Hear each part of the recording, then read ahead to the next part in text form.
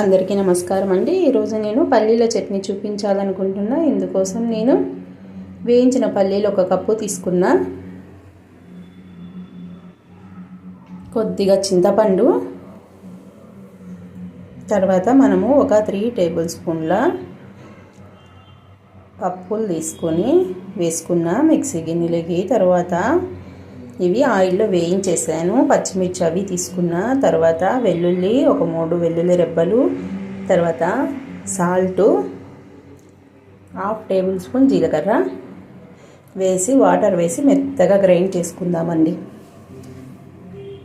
ఈ విధంగా మెత్తగా గ్రైండ్ చేసుకొని దీనికి పోపు పెట్టుకుంటే చట్నీ రెడీ అండి. ఈ చట్నీ చపాతీలకి, దోశలకి, ఇడ్లీలకి, పొంగళ్ళకి చాలా బాగుంటుందండి.